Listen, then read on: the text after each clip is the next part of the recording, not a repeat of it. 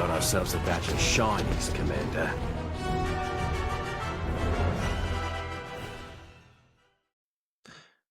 Hello, everyone. Welcome to Coordinated Fire Episode 17, a Star Wars Shatterpoint podcast where you occasionally get hockey slang, and none of us even realize it. How are you doing, Kyle?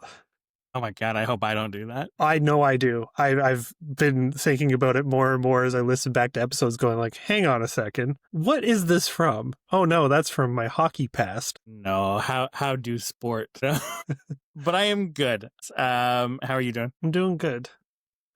Had a busy week, and I'm happy to be talking about it again. Yeah, excited to be here. We've got a pretty jam-packed episode. For those of you who might have noticed, Sean is missing. We did not stick him in a basement. He had a family emergency, but he'll be back next week. He's good, and he'll be back next week.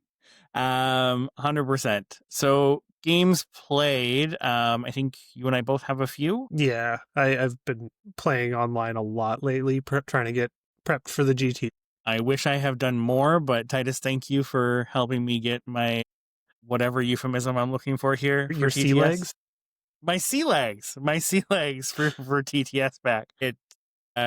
Honestly, there's been some really cool improvements since last time I actually spent some good time on there. There's been a lot of quality of life improvements, which is great to see. But I think for me, it's starting with Thursday. I played against Josh. We went in with both of our premier lists, and Josh tested out Jin Luke.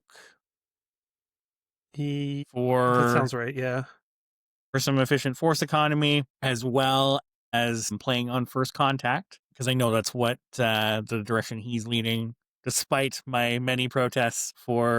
It's partially because of your protests. You know that, right? It might. Yes, I absolutely know it's partially because of my protests. But I played Obi Rex Commandos with the Delta Box, and this played really well on first contact. Boss's mobility came in really clutch. I'm definitely starting to get a hang of the force management a bit, and just really leveraging the activations that don't need it, and just planning around, how many cards left in deck? Is boss still in deck? Do I still have my refresh? And starting to get it to a manageable point. Outside of that, it is just nice to have a squad in Republic lists that I am keeping up with other lists on first contact or never tell me the odds. This game was a great test. Jin impressed me. Luke, not so much, but he kind of got stuck on a side objective and wasn't relevant past there. I do like Luke on first contact. In theory, having this bubble that removes pins sitting in reserve that you can pull into reserve is really valuable. I think if you're going to make Luke work with that strategy, I think it needs to be paired with Cassian. That makes sense to me. Because moving that around seems good. Yeah.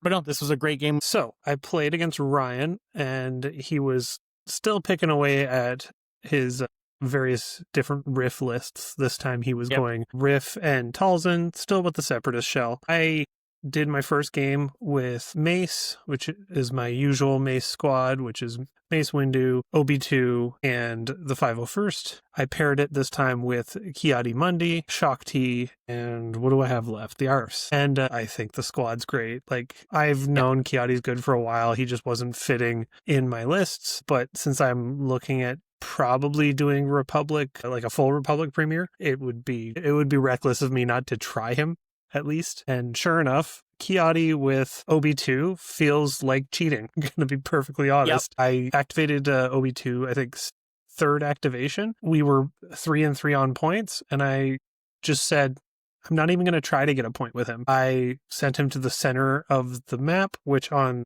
Sabotage felt like more of an advantage than trying to win the struggle. And it turned out, that's how it played out, because I had someone get wounded beside him, and sure, things can play around him, but when Mind Trick is free, turns out that's really good. Especially against someone who has A, large bodies, and B, a lot of melee. And on Sabotage, all the points are within range 5, so you're forcing your opponent to skirt around the outside of the entire table. That's very detrimental to any list. So yeah, Ki-Adi was kind of dumb there. So we ended up finishing fairly quickly. And I've mentioned before, both Ryan and I are fairly quick players, Yep. but we ended on struggle 2. So it was like, okay, well, we have time for another. And I tried out Vader and Ahsoka. This one was Vader 1 with pawns and Republic commandos, with Ahsoka, Nadar Veb, and Phil's clones. This one I was a little more unsure about because my Vader squad keeps fluctuating. Right now I'm looking at pawns because I'm kind of worried about odds, but it felt very good, and I've known Vader feels good with both Ahsoka and Nadar in the past. I like Phil's clones there because they offer a healing. It's the Vader squad that I think I'm still tinkering with. I'm going to try going back to Rex and just see how it does. Pawns feels real rough. Oh yeah, you're not using Rex anywhere else. Exactly. So like I'm wondering if just going Rex is better even without the infiltrate. Well, that's the forward deployment. And I mean, maybe that's just me. I know I've always been very much a naysayer when it comes to forward deployment stuff. I think it's not as advantageous as people give it credit for. But that's neither here nor there. I want to try different things with the Vader squad on this episode, though. Oh yeah, it's going to come up. But yeah, so I had some fun there. And then later in the week, we got together and got an online game in. Yep. So I played OB Delta again. Same list. Yep. And I played my Vader Ahsoka list. Yeah. And we were both taking shifting. Yes. Yeah. So I won the roll off on this one, playing shifting, and flipped Shatterpoint as my first card. Figured this is the time to test. Do I do the big boss opening? And went for it.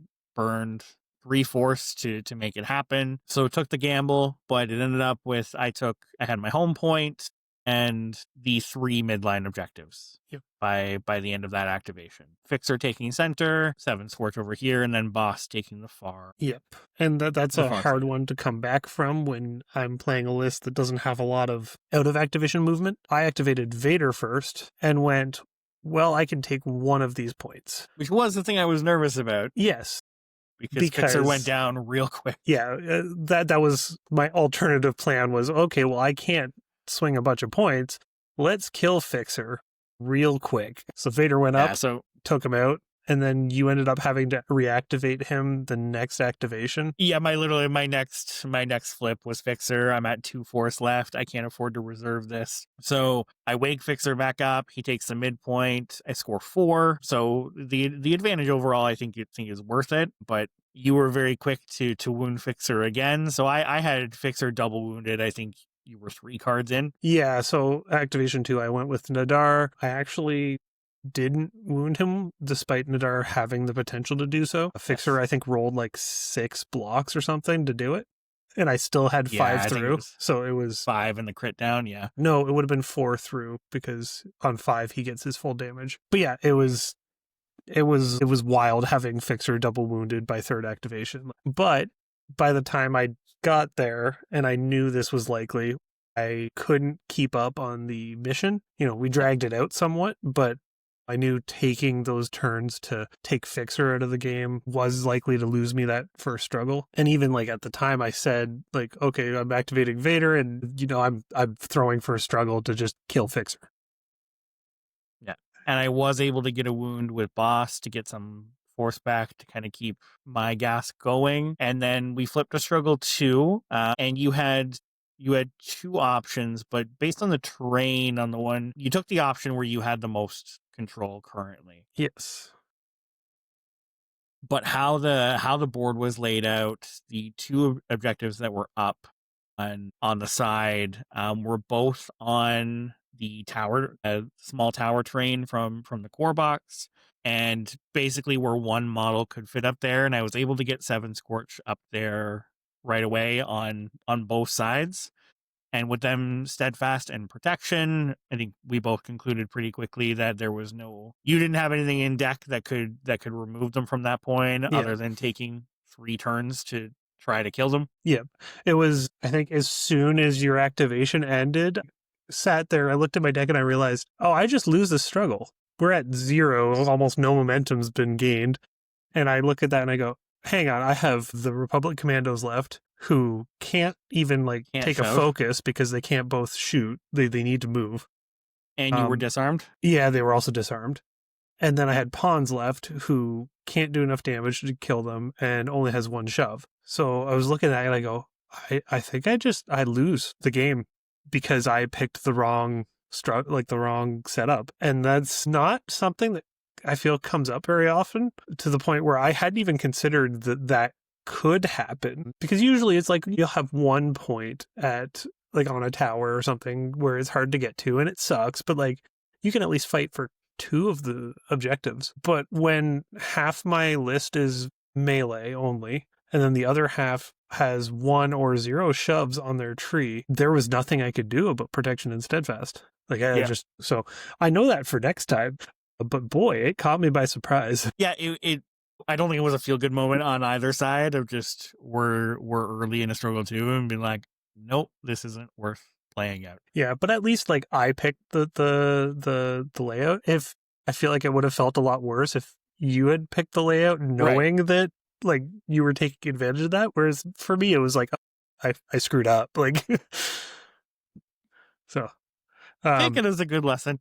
Oh, absolutely. I'm so glad I did that in a practice game and not at an event, because at an event I feel like I just would have gotten in the car and driven home. Just that is the worst mistake I've done ever. This is what practice is for. Yeah. And I think, did you get one more game in? Yeah, so I got another game with Mike. He's a regularly active on the Discord. So he's fairly new to TTS. So again, kind of playing a game, but also going through, okay, here's different hotkeys, here's different things you can do, going through the UI, figuring that stuff out. So we were partially figuring out the UI. I think we did 4 hours. In reality, It was probably 2.5 to 3 hours of gameplay. And again, I went with Vader Ahsoka with this one because it was at this point I'm okay, this is the one I need practice on, because Kiadi, it doesn't play itself, but it's similar to stuff I've played before because I played a lot of Plo back in the day. So for that one, I'm trying to remember what he was playing. It was a general Imperial list. I know he had Thrawn. It was Thrawn and Moff Gideon, and then just kind of a general Empire mix of stormtroopers and darks and stuff like that. And boy, I think we ended up with what did he say? It was 17 wounds or something by the end of the game. I had almost everything of his ready to come off the table. My Nadar came off the table. My fills were going to come off the table. Everything was just heavily wounded. I don't know how a game even gets to that point. Well, I mean, when you go 3 hours, right? Yeah, it was a long, drawn out game that went back and forth a lot, but we had a lot of fun, and it was good getting some good a longer game in with this list because everyone got to activate a couple times, and that part was nice because you have those games where it's okay, I got to practice this unit, activates first activation, and then the game's over by the time you get halfway through your deck the second time, and the thing you wanted to test never did anything. So it was nice getting more game out of it. But yeah, but we had a good time. Nice. Well, I think that's it for games played. Not much going on from an event perspective over the last week. Nice to have a break. Which honestly, yes, it's nice to have a break. It's been GT weekend after weekend. We have, but I think it's pretty quiet until ours comes up in the first weekend of October alongside LVO. So it is going to get heavy again as soon as we get to October. And then Sci-Fi is shortly after that. It is, yeah. And then I don't know past that. Winter typically gets a bit quiet again. Once we hit the Thanksgiving holiday time, I think things start to slow down a bit. But honestly, this GT season's been super fun. I've actually been following results, and that's not something I do very often. I know I remember when we were following Nova. When we were following Nova, I turned to my wife and I go, "Is this what it's like being a sports person?" Yes, it is exactly what it is. So that was an interesting experience. It's been nice actually. getting to spectate and see the results coming in. It's like, okay, this isn't what I expected, or this validates my assumptions on this other character. It's been cool. It has been awesome. You know me, I'm normally going through those events and building spreadsheets on the side because I am a terrible kind of nerd. But we're going to, for the majority of the rest of the episode, we're going to talk about missions. I think we're at a pretty critical point where the 4 missions we have do some pretty significantly different things, where mission can really impact the flow of a game. And we see a few examples, but I would call them exceptions, of lists or units that are just kind of good with whatever mission you play them on. But I think those are few and far between at this point. I think there's definitely missions that some lists prefer, some they don't like to see as much, and it's not an easy thing to choose. And Titus, you and I were chatting before jumping on recording here, and I think this is probably the most common question that players will ask. And I'm talking people new to getting into the game, and people that have gone to a few events but don't keep an eye on things regularly. It's, here's my list, here's what I want to play. I have no idea what mission I should take. And I think evaluating that is not always easy. That makes me think back to times where I've chosen my mission, and a lot of the times I'm choosing that based on the list that I'm taking. And I think 99% of the time that's the right call. There's also times where I've taken a mission because I think it's my worst matchup's worst mission, which again gets into some really interesting points. So we're going to go through each mission, talk about what the overall vibe of the mission is, dive into some, base strategies for approaching it, talk about some, what you're looking for in a list to be good on it, and then talk about kind of how it varies throughout the different struggles. So in general, I mean, the first thing you learn getting into Shatterpoint, once you get into your first main game of Shatterpoint, the missions are broken up into 3 struggles. You're playing best 2 out of 3. That part fairly simple to grasp, but it is more complexity than it seems at first glance, because each of the different missions do lend themselves to different strategies with regards to the 2 out of 3. Jumping ahead real quick, shifting is very punishing if you lose the first struggle, whereas some of the other ones lend themselves more to playing the long game, and there's ways to come back. So like, if you are the kind of person that likes to play very defensively and lure your opponent in for a struggle and punish them for overextending, that can influence your decision on which struggle you want completely independently of list. Yeah. Absolutely. So I think it's the right time to jump into shifting priorities. So shifting priorities is our core box mission. It is the one that comes with the game. And as it stands, that is the only way to get shifting priorities. As this is our base mission, there's no special mechanic to this. The objectives are placed on a 3x3 grid evenly across the board for struggle 1. And before we dive into the other missions, most of the time when we talk about, is a list good at this mission, can they play on this mission, and Titus, feel free to disagree with me here, I think most of the time you are talking about, can they play struggle 1? Yes, and I know no. there's some exceptions to that for sure, but I think in a lot of ways you can have a game plan for struggle 1, and struggle 2 and 3 have so much variance based on board position by the time you get there, that you at least can't go in with a set plan of, this is going to deploy here, this is going to go here, here's my opening, which I think a lot of the time you are partially building for struggle 1. So I think part of the reason for that is because of how deployment works. Because you're starting in your board edge, there are certain lists that, while they are fairly mobile or have decent range, they struggle with that first burst of movement that you need to get out of the gate. So really, the opening is the make or break for certain lists going into certain missions. And this is one that is actually really important for shifting, because shifting is really the mission that lends itself most to strong, explosive openings. Because unlike most of the other missions, it's very midline heavy. at the start. So like Yeah. with Sabotage, you have 2 points on your back line, so it's easier to hold that base of 2, and then there's only 2 on the midline.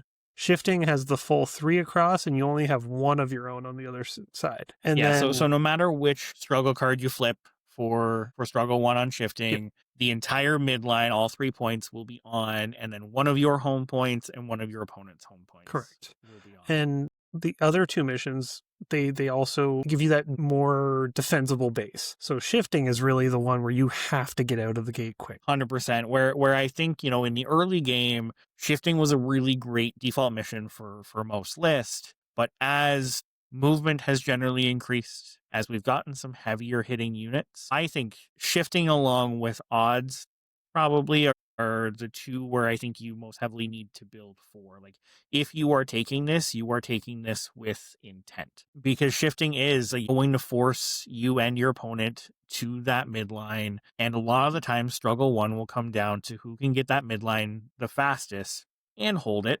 But it can become a bloodbath. Yep. So the other thing I would add to it being the mission that incentivizes those aggressive opens is that if you win struggle 1, the being able to choose struggle 3 is really, really good, because especially on shifting, the layouts are very easy to predict.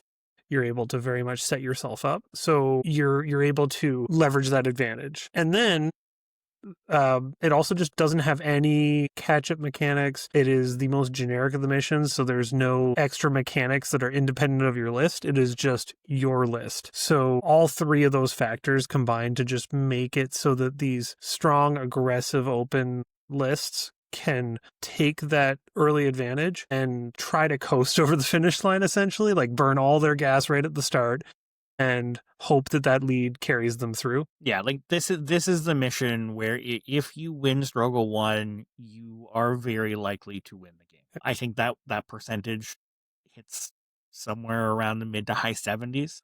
Okay, I thought it was like high 60s, but as all the same, as that's a still a ballpark, huge advantage. It absolutely is. I've definitely had less 2-0 wins on shifting, because the choice you get for the objectives, each time you go into struggle 2 or struggle 3, the person that lost the struggle gets to select the layout for the active objective. Yeah. And on shifting, those layouts are very polarizing.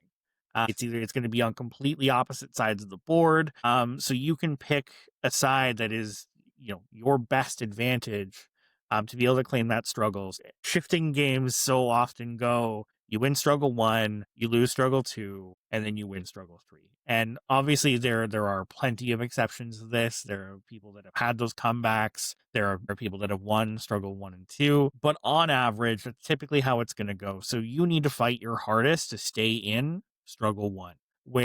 And on the mission we're going to talk about next, in something like Sabotage, where there's times where you can, okay, I'm going to give up struggle 1 and I'm going to fight to win struggle 2 and 3 and set up for that comeback. Yep.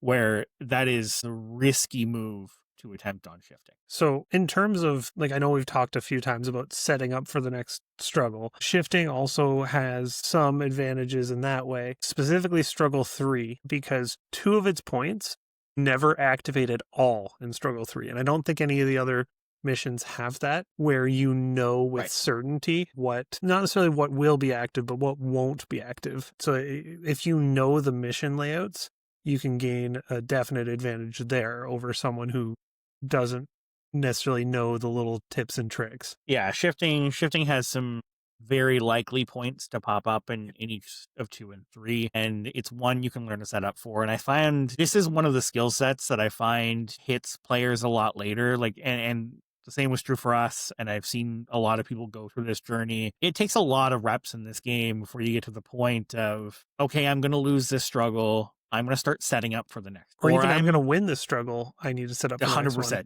Yeah. But that preparation, and I think it's one of the biggest things that differentiates players that are consistently getting those top cuts. And it's not something, it's one thing to say, yeah, you should do this, but getting good at it, there's no alternative to reps. Yeah. It's tough. Playing games, it's seeing the missions play out and seeing how you can impact that following struggle. We talked about some base level, taking the midline, aggressive lists. So what makes a list good on shifting? And I have a couple examples, and we've had 2 of them that have happened over the game. Last meta was all about Inferno Squad.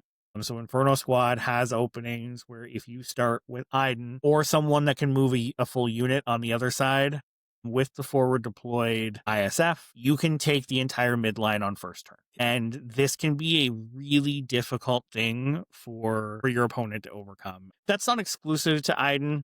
No, you but it discussed does doing it with require- Delta recently. Yeah, it requires, well, Delta's an exception, but for most other things, it requires a unit with an infiltrate ability. Pawns forward deploy, Rebel Commandos, the ISF, and Veers in a unique way with having a guaranteed reserve target at the start of the game.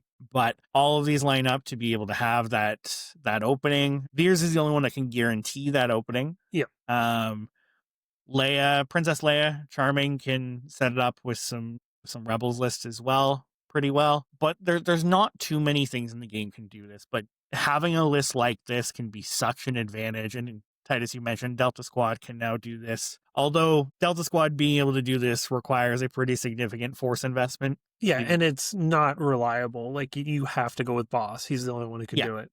Boss is the only opening that can do that. There's some lists with using pawns where you can set up actually a good amount of your list to be able to take that opening, but you're typically making some list sacrifices to be able to pull that off. But even like very early in the game, I think that's largely why droids were seen as so good in the first year of the game, was 100%. because that Kalani opening was not something anyone else in the game could do. And between at that Kalani point, and the that was big taking bases, they were 2 great. Yeah, that was taking 2 objectives on the midline on first turn, and You that felt could incredible. do 3 with like advantageous Ingress points, and that like terrain setup when we first started playing this game, like the first year of the game, where that's a whole other discussion, but it was more common than it should have been. 100%. But yeah, and 100% it was why droids, hit the ground running, because they had the mobility to get to that midline faster than the clones did at the time. There's also some aggressive melee lists can do very well here, or anything that's playing a forced wound game. Because your opponent is required to come to this midline to take objectives, they are providing you targets, right? So if I'm playing something like Anakin, that I need that wound to be able to trigger this crazy ability, shifting is the place I want to do that. If I'm playing Vader with a heavy melee list, all my melee units I know can get to the midline at the very least, and they're going to have targets to hit. So melee lists are definitely a conversation here, because they're not trying to reach far objectives. They're just looking to get to that midline and hit something, and can typically do that pretty well. There's some arguments for sabotage, which we'll go into here in a second for those style lists. But overall, anything that's going to be able to more reliably wound than your opponent is going to be strong on shifting. Do we want to quickly go over the priority point mechanic, considering it's in 3 of our 4 missions? Go for it. So when you get to struggle 2 and 3, we're rolling a defense dice, to determine which of the 3 active points is worth 2 points. This is something that you can't really predict, but it can be advantageous for you to, at times, ignore that benefit and focus on just holding 2 points, because statistically you're going to win out in the long run. That's something I have found can be an early mistake going into this mission or sabotage, never tell me the odds. People overextend chasing that priority point. Yep. Don't overemphasize it too much. It is obviously, if you have an easy capture, go for that, but don't put yourself at too much risk going after it. Yeah, comfortably holding and making it difficult for your opponent to take. If you're holding 2, don't overextend to take that 3rd or put yourself in a bad spot. I completely agree. Yeah. The luck will return in your favor, ideally, but that's partly dice games. And even if the luck doesn't return in your favor, if you are holding 2 points, the best they can do is parity with you. Right. So unless you are close to losing, and then, obviously you do what you got to do. Sometimes you have to make the big play. Yeah. But awesome. Titus, anything else you want to add for shifting? I don't think so. I think we covered everything. Yeah, that's all the notes I got. Awesome. So you want to take us into Sabotage? So Sabotage was our second mission. It's the first time we had any kind of mechanic to go along with the mission itself. Sabotage is what a lot of us affectionately referred to as the death donut, which has become somewhat of a misnomer because it's actually become one of the more defensive focused missions. But for a long time, it was seen as this is the melee, like dueling arena, because all the objectives are closer together and there are fewer of them. So it really concentrates everything down. The first struggle is always the outer ring. There are 7 objectives in this one instead of the usual 9. The outer 6 in a ring around the center point are active. The center point at the very middle of the table is not active. And this can lead to some interesting strategies, but we can get to that in a little bit. Yeah, one thing I really like about Sabotage and what part of what makes it very unique is this is the only mission where 6 objectives are on Struggle 1. And one of the more... that creates some interesting points because in the other 3 missions, either your opponent is holding more or you are holding more. You go through that 3-2, 3-2 kind of dance, where a lot of like Sabotage can be one of your longest struggle ones, because it can just go 3, 3, 3, 3, and a lot of times when that's happening, it's hitting 0 on a lot, and that's going to up your momentum gain, which is the thing that's going to end up closing out the struggle.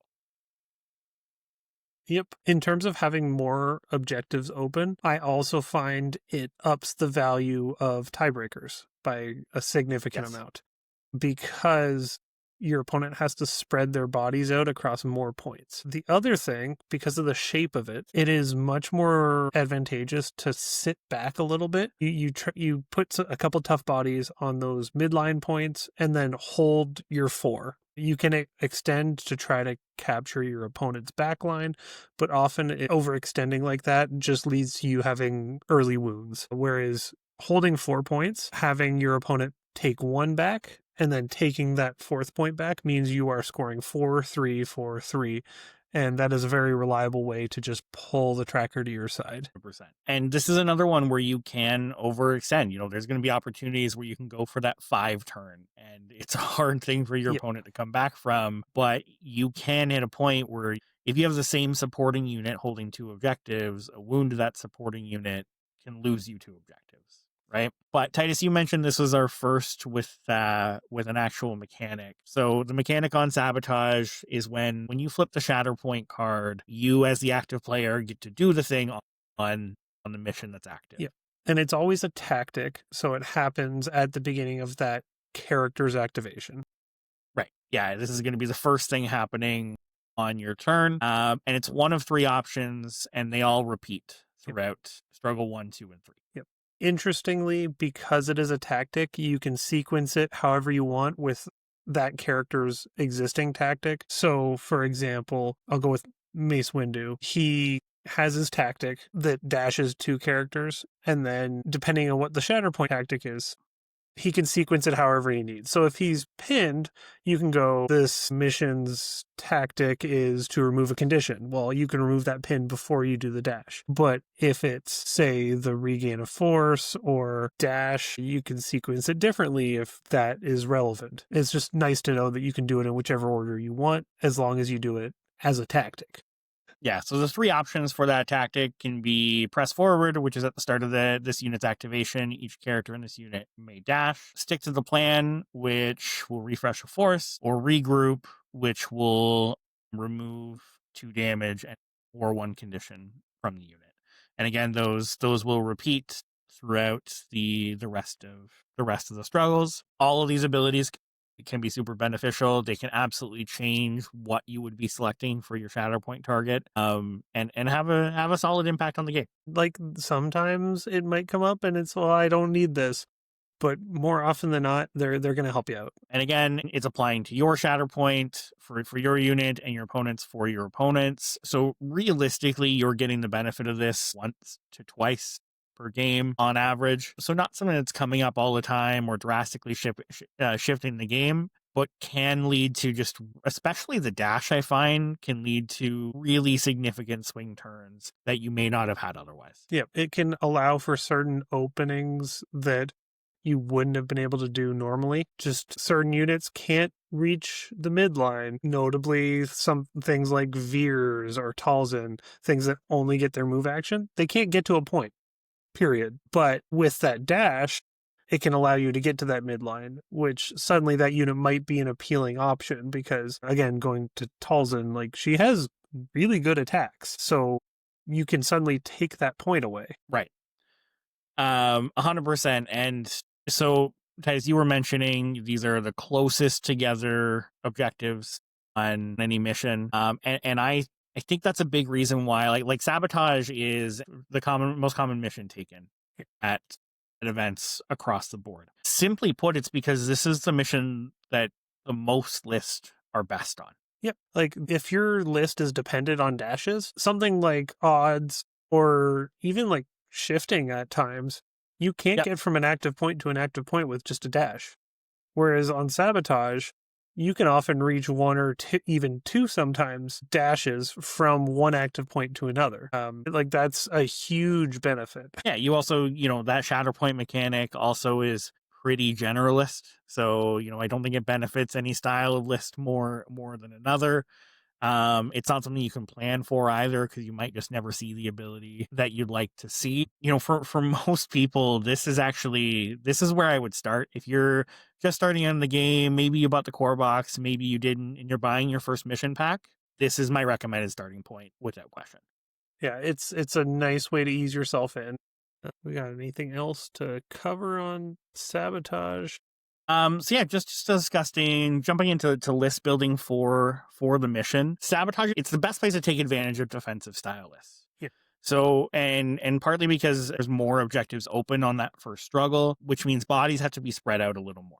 This is probably the best mission for just bodying a point being one of the best ways to take an objective. Yeah. Titus, you mentioned tiebreakers are great here. Lockdown abilities, revenge triggers really shine here. And we've seen that highlighted a lot recently, where I think a lot of your Cassian lists are taking Sabotage now, where they have the mobility to play some of the other missions that we're going to get to. Those revenge triggers are going to be a larger advantage and more important on Sabotage, because a dash or an advance, it guaranteed more often than not to be able to affect another objective on the board.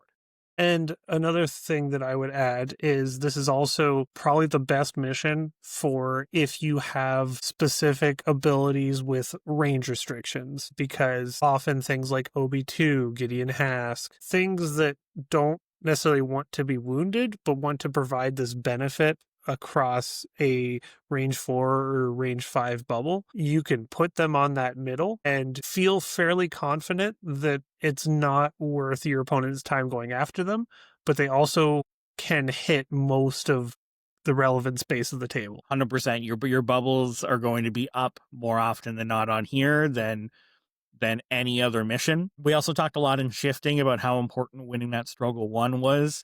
This is a mission where I actually think that is least important, because struggle 3 has a great equalizer where, again, normally the person that lost the struggle gets to choose the position of the priority objectives on the next one. Struggle 3 on Sabotage doesn't actually have an option. So even if you've lost the first one, you then get to pick the objective set for struggle 2.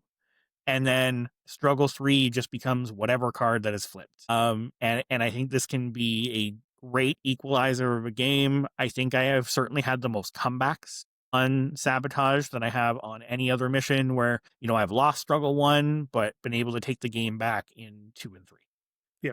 And like, that's part of why it's the mission I play the most, because I do have that very defensive play style. I like to draw the game out, and having that equal chance to take struggle 3 really helps with that. Yeah. So again, you're looking at your list, or you're building a list for Sabotage. Those revenge triggers, as mentioned, are going to, again, Ahsoka, Cassian, Kanan, Leia, Mando, all of those are going to shine here. But also, again, something like a Mace Windu, who has a range 5 protection and steadfast bubble, is going to be up and active more often here than anywhere else. Kenobi's knowledge and defense, I find, is more valuable here than anywhere else, because that dash by dropping the hunker you can do is, again, more likely to impact another objective. Anything that has a dash in their expertise tree, like a lot of the Spectres do, at least Kanan and Ezra do. Yeah. There's definitely some other stuff that do that. Baze and Shirt do as well. The bounty hunters are actually pretty good for that too, like the IGs. Yeah, so anything that has a reactive dash of any kind, again, is going to be more impactful here as well. So moving on to Never Tell Me the Odds, and I would say this Never Tell Me the Odds is probably near the closest to the opposite of Sabotage Showdown that I could probably point out. So the introduction of Never Tell Me the Odds was the first mission where in Struggle 1 in deployment, you cannot just take all of your home objectives, not without an ability that helps you do that. And this was definitely it was a twist to mission selection, right?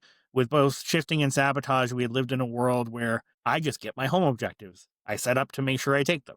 Yeah, and it was pretty rote in terms of how you deploy with those two. With odds, because you can't necessarily take them all, you're a little freed up to freestyle a bit. Yeah, if you're not playing a list with infiltrate or a forward deploy of some kind, you have a choice to make. You can hold these two objectives on the side that are, one's guaranteed to be on, and this was an interesting one for odds, where your left side home objective is always going to be on any of the first flips, so you have to deploy there. For the other side, it can either be the upper midpoint that you can't quite reach on deployment, or it can be your far back right point. This is where you have to make a choice on either, do I take this back right point and hope that's the one that turns on, or do I set myself in the middle where a dash on a supporting unit can either take this one or this one. Yep. And I think that depends on whether your list has enough like how likely are you to pull something that can dash something on that first flip. Yeah. And it's not terribly hard to set up where a dash can reach either one, but it's important to know your list enough that it can reliably do that. But there is one thing that makes this choice way easier, and that would be infiltrate or any other forward deployment. Yeah, so your options for this is Veer's Reserve and just a movement ability guaranteed on your first flip. Infiltrate on the ISF, infiltrate on Rebel Commandos, or the forward deploy on... Yeah, I would specify the Veer's Reserve isn't about the first activation. It's you get it as you reserve, you get a dash on that unit. Yes. Not that anyone's taking him. No. Trying in the interest of accuracy. But these units, and you can go through the stats, the factions that have, or the tags that have an infiltrate unit have done historically better on Never Tell Me the Odds than the ones that don't. Now, there are some other reasons for that are not just having access to infiltrate. Titus, I know you said at the beginning that you don't think this is as impactful as many people seem to. I think I'm on the train that I would take an absolute garbage tier supporting unit with infiltrate for this mission in particular, because I think you end up dedicating an activation early on to potentially taking your home point. Yeah, it does depend what your playstyle tends to be. If you are someone who takes a lot of out of activation movement, that infiltrate becomes a little bit less relevant. It's still better to start on a point. But when almost every activation can dash something else, you're not wasting an activation as much. You're just moving something over to that point because the dash likely wouldn't have gotten them anywhere relevant anyway. Could have got them up, though. Yes. And slowing that advance down by having to do that. I think it's important to note here, this is also the mission set where the objectives are the furthest spread apart of any of the missions. We've talked about movement like dashes, advances. Dashes are far less relevant on Never Tell Me the Odds than they are at least the first two missions, even First Contact, which we'll get to, I think at least has some value to a dash. But if you're list building for Never Tell Me the Odds, you are looking for repositions and advances. And something else to note about deployment is while this is the most spread out mission, your back points, which are generally seen as the safe points, are actually the closest to your opponent of any mission. So it is much easier for them to sprint across and try to steal that point from you. Yeah, So, at the very least, the one that's further up in the middle, because the side ones are the same distance up as they are on Sabotage. yes, but Sabotage has other reasons why that's not as appealing. Yes, but yeah, I think a lot of people that are building for odds, to your point, Titus, are selecting a unit or two in their list that are able to get from deployment to their opponent's back. Another thing about deployment, I know that that's been a lot, but because your back points are so spread apart horizontally, it is much less likely that your primaries that have range restrictions are going to be able to target your whole list. I'm talking things like Dooku, Moff Gideon, even like things like Kalani, where on Sabotage or Shifting, you can hit pretty much your entire list with those range 4 or even like the range 3 on Dooku bubbles. On Never Tell Me the Odds, they have to be able to just settle for just their squad. Yeah, 100%. And there are some lists that absolutely just struggle on this mission. This is by far the most polarizing mission. For the lists that are good at this, they are good at this, and the ones that maybe can't hold up are going to have a really hard time. I think I have had the most runaway games on odds than any other mission. Yeah, I would agree. Now, it doesn't actually come up often because people don't often build for it, but I think there are a few lists in the current meta that are particularly good at it. But Never Tell Me the Odds also has a unique mechanic to it called Challenging the Odds. And so for each card you flip, it's going to give you a unit type to Challenging the Odds. I think for Struggle 1, supporting units on 1, and the other 2 are secondary units. Yes, that sounds right. Yeah. So basically for the unit type, when that unit type wounds something, you can spend a force to move the struggle 1 space in your direction. So not only are you gaining a momentum because you wounded something, you're then spending a force to say, I'm going to move the struggle token 1 my way. And this can be a really great way to break parity, so you're not hitting the 0 and giving your opponent free momentum anymore. This can win a struggle. This doesn't come up with this mission set very often. No. And it's such a cool mechanic. And when this first came out, we were like, okay, people are going to be building lists specifically going for wounds to take advantage of this. Unfortunately, where it lands most of the time is that a lot of the lists that can do that don't have the force to spend. Yep. I would say, I think with the Rift box releasing, it is one list that can actually gun for this quite reliably. And It has shocked me the 2 times it's happened against me now, because it's not a regular strategy. But with Riff, especially with Separatists, they don't spend a lot of force, and he gets a force back when something is wounded near him. So like you get that force back and immediately just spend it, because most of your units don't use force anyway. Yeah, I could see opportunities to spend for this when playing like Grand Inquisitor Iden as well. Or Cad Bane Bounty Hunters, maybe. Yeah, Cad Bane Bounty Hunters, especially like the Cassian Cad list that's been running around a bit. I imagine can do this pretty well. Just off the top of my head, I also think like Cassian Jin probably can do this pretty well, because you have other ways to manage your force economy with Jin. There's a few that can take advantage of this pretty well. But if you're ever playing this mission, just make sure to pay attention to this mechanic and which is up, because again, this can end struggles. This can win games. Yeah, and especially if you have lists that give other units extra attacks, because that means you can actually go for that kill. Say you're activating a secondary, but it says support. Well, if you can give that support an extra attack, you can actually get it outside of their turn. So it's That's a little great bit point. easier when you have bonus attacks involved. That is a great point. Anything else you want to add for odds? I would also like to add that this is a great map for independently defensive units. I know we said Yes. Sabotage is great for defensive teams. I think Never Tell Me the Odds is great for defensive units. Things like Mando, things like Weequays, things like Dengar. like Dengar is another one that's great in here. Death Trooper Escort. The things that are able to hold a point and take a couple shots and maintain their hold on that point are much better, because your opponent might only be able to get 2 shots at them and then be out of units that can reach them. So if you can survive that 2 hits, they suddenly aren't able to contest the point, and it's safe for 3-4 turns. Yeah, this is another one where, for a different reason, because it's not like you can go take another point, but reactive dashes can just keep you on a point. So reactive dashes, I think Kenobi's actually super relevant here. Now that Kenobi has some friends that can play this mission well on a movement perspective, with something like Delta, I think is actually a great spot for him, where he may not shine personally here. But again, anything that's going to help you, objectives on odds are typically held by 1 unit, because it's not just super easy. Just, I'm going to dash this person over here and they're going to back up the point with me. A lot of the times you're holding a point with 1 unit. Cool. Now moving on to First Contact, which is our newest mission. I would say the most controversial mission, but I think most people are in agreement, so it's not so controversial. It's the most complicated by far, I will say that.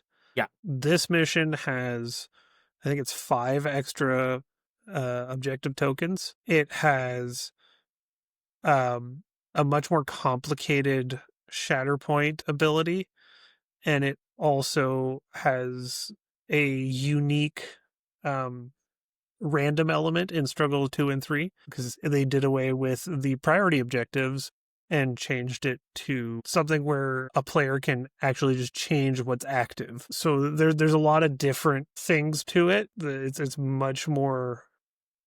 It's more complicated. There's more things going on. Yeah, so with a 13 objective layout, it takes longer to set up compared to the other 3. This has a similar mechanic where, without an ability like Infiltrate, you can only hold 2 of your back objectives out of the 3 total that could be on.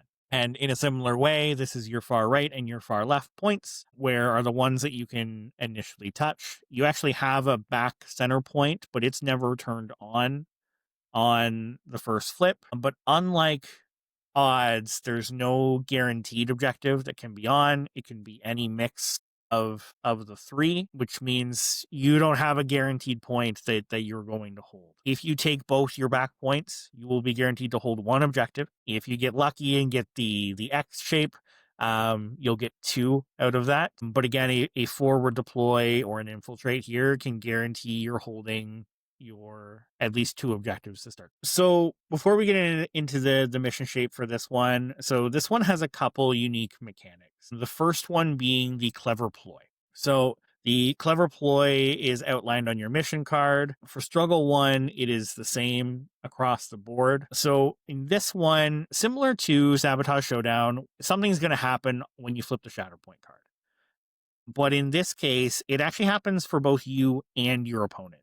So you're giving your opponent some sort of advantage or ability during the beginning of your turn.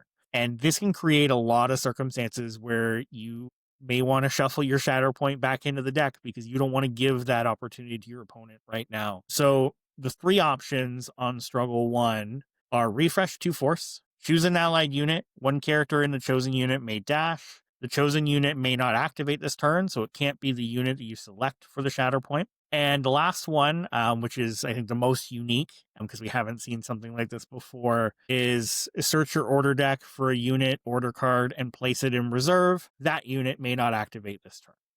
So there's a few implications to this. The first, more of a note, but you do this before you choose what you're Shatterpointing. Yes. So the order operations is, I'm going to go with my Shatterpoint. Then you do these abilities.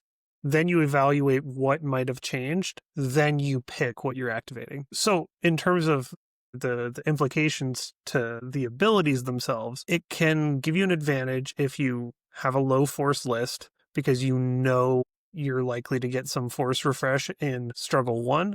Then you are able to, I think one of the best examples would be the CAD bounty hunters, where you can be very, very aggressive with your force. And by the time you get to struggle 2 and 3, hopefully you have wounded your opponent enough to where you're both going through force really quick and you're not punished as badly for your bad force economy. In terms of the reserve, certain units can take advantage of that. Stuff that you don't necessarily want to just randomly draw, but you don't want to spend the force to reserve. Things like Lando and R2, things like Hondo, those can be good things to put in reserve. General Kenobi is great to put in reserve because he gets his jump no matter how he gets there. Another one would be Luke Skywalker, Jedi Knight, where his bubble of protection against certain tactic or certain conditions is doubled when he's in reserve. He gets both benefits. Being able to just go, okay, well, I'm just putting him in reserve. I don't care what he's been doing so far. That can be a huge benefit. Yeah, so this was in my notes as well, and I think is really the highlight of the mission, where likely this is going to come up in Struggle 1. Realistically, either you or your opponent's going to flip Shatterpoint at some point in Struggle 1. And there are some units that benefit from this a lot. In honestly, any of these abilities. Specifically, I look at the Force or the reserve mechanic, right? You just mentioned the ones that would have been top of my mind for the reserve mechanic. But any list that's just, low on force, you can be a little more aggressive with your spending in this because you have guaranteed refresh coming. And that can change the way you play Struggle 1. It can change the matchups that you're going to take into this. I found so often with, the heavy Jedi Force list that I typically have been running, that I end up with too much force, and where my opponent is really benefiting from that force refresh, I don't have much I can get out of it, right? So I think there's some really unique ways you can build for this mission. And while I do not like this mission set, the clever ploy is not the reason why. I actually think this is an incredible mechanic. I think it creates some really thoughtful play lines from both you and your opponent when that Shatterpoint comes up. And I really like the layouts for Struggle 1. Yep. I've commented on it on several occasions. I think First Contact Struggle 1 is the best Struggle 1 in the game. In my personal opinion, it is the one I find the most enjoyable of any of the missions on Struggle 1. The objectives are a bit more spread out than your shifting or sabotage, but not in a way that's like prohibiting you from getting across to your opponent. The X becomes the biggest difficulty for getting to your opponent's backline points, but that creates a big cluster fight in the middle. Yeah, which it's no different than the X on Never Tell Me the Odds at that point. But no, I actually really like Struggle 1 on First Contact. Now, the other unique mechanic, and frankly, if I'm being honest, I wish they would have just stopped here for unique mechanics. As Titus mentioned, Struggle 2 and 3 don't have a priority objective, but they have 4 active points. And I would have been really happy with that as a change from the other missions for 2 and 3. There's also some clever ploys that come up in 2 and 3, and there's some unique things. There's repositioning units, removing control tokens, and one that allows you to remove some damage and potentially a wound off of one of your units, which can create some really unique interactions. Struggle 3, there's one that lets you remove an injury instead.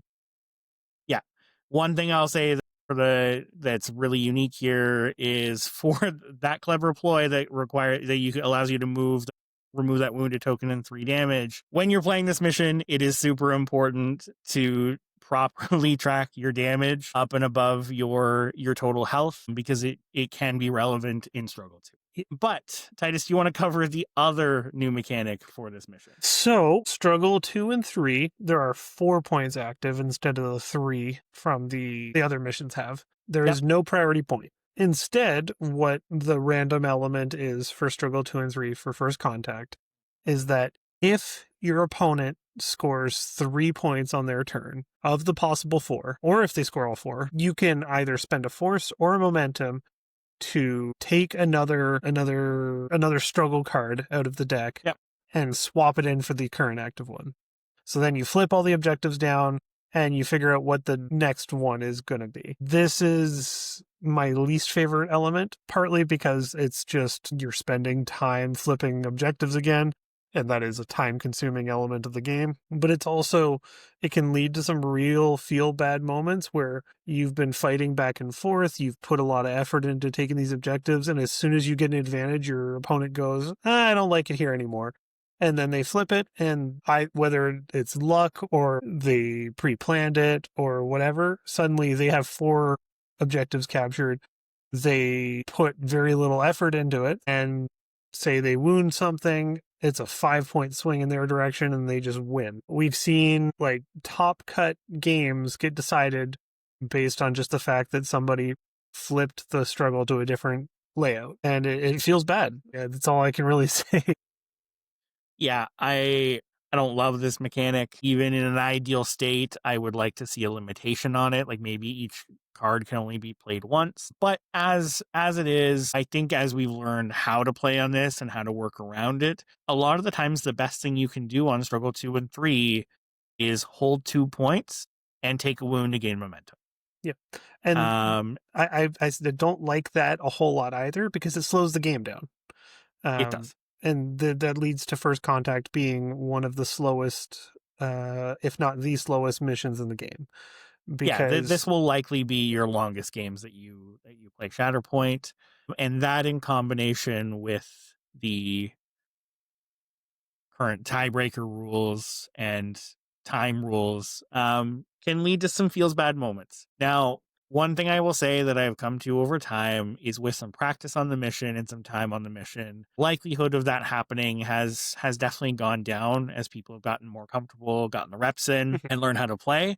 But again, to your point, it's a lot of the times it's just not allowing your opponent to take that, and it's doing the 2 wounds, gaining momentum, which is still slowing the game down.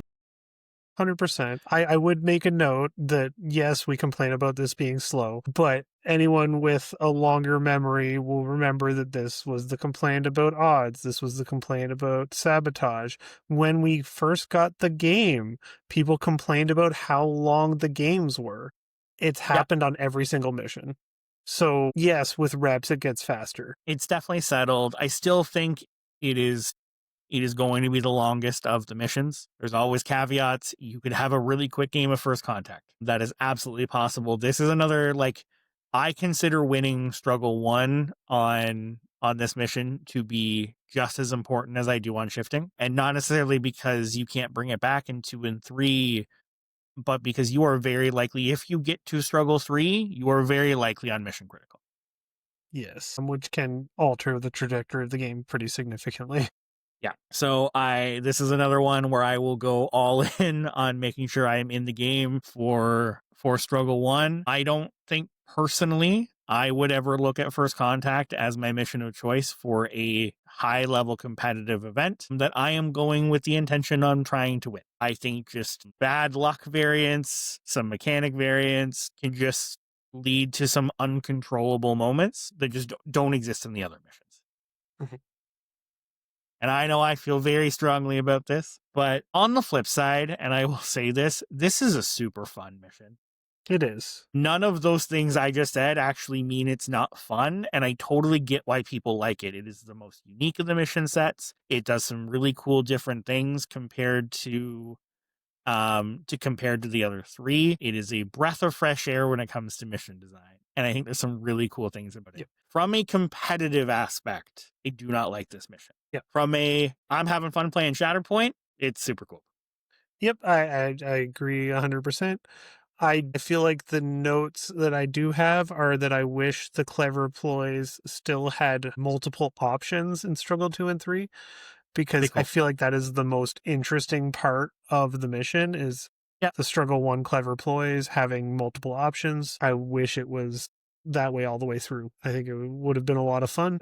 Maybe next time. Yeah. So looking at the missions overall, I really do think we're in a great point where preparing for all of these missions can be difficult for a lot of lists, and practice on all of them is important, especially when going to an event. I do think we're seeing some variety in them, which is which is really cool. I think they dictate some list building, especially odds and first contact, adding that mobility variable that shifting and sabotage didn't really have. Everyone that's listening has heard me talk a lot about needing to find a list for odds and preparing for odds, which Republic has traditionally struggled with. I think we got a little bit of boost with things like Kit Fisto, and then a lot of boost with things like Delta Squad. So it's starting to get more comfortable. The pawns rework also certainly helped there as well, because originally pawns actually still didn't quite hit far enough for those missions, but since the pawns rework, it opened up those options a lot. I can say I'm excited for some more missions. We know there's more coming. I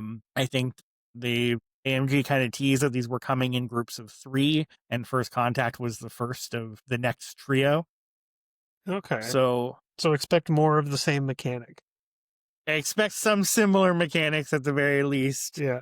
So I'm excited to see kind of how that lands and how they continue making missions for this game. Looking at some of the AMG's other games, the crisis selection and variables is a really interesting part of MCP. And I think we're starting to really see Shatterpoint hit that stride where that mission selection is a really important part of both list building and the roll-off at the beginning of the game. Titus, I don't think I have anything more on missions. Since Sean's not here, we do have a GT coming up, Forced Convergence. That's October 4th and 5th.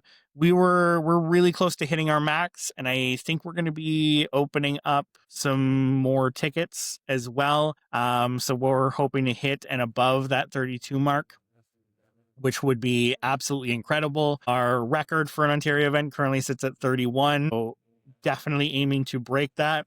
If you're looking to get in, it is only a couple weeks away, so come join us. If you're not able to make it to LVO and feel like coming to visit some cool Canadians, come see us, come play at an event. We would love to have some more here. And I'm really excited for this one. This is I'm going to be grinding pretty hard for the next couple of weeks and getting some reps in. Titus, I know you will be too. Yeah. I'm planning on it.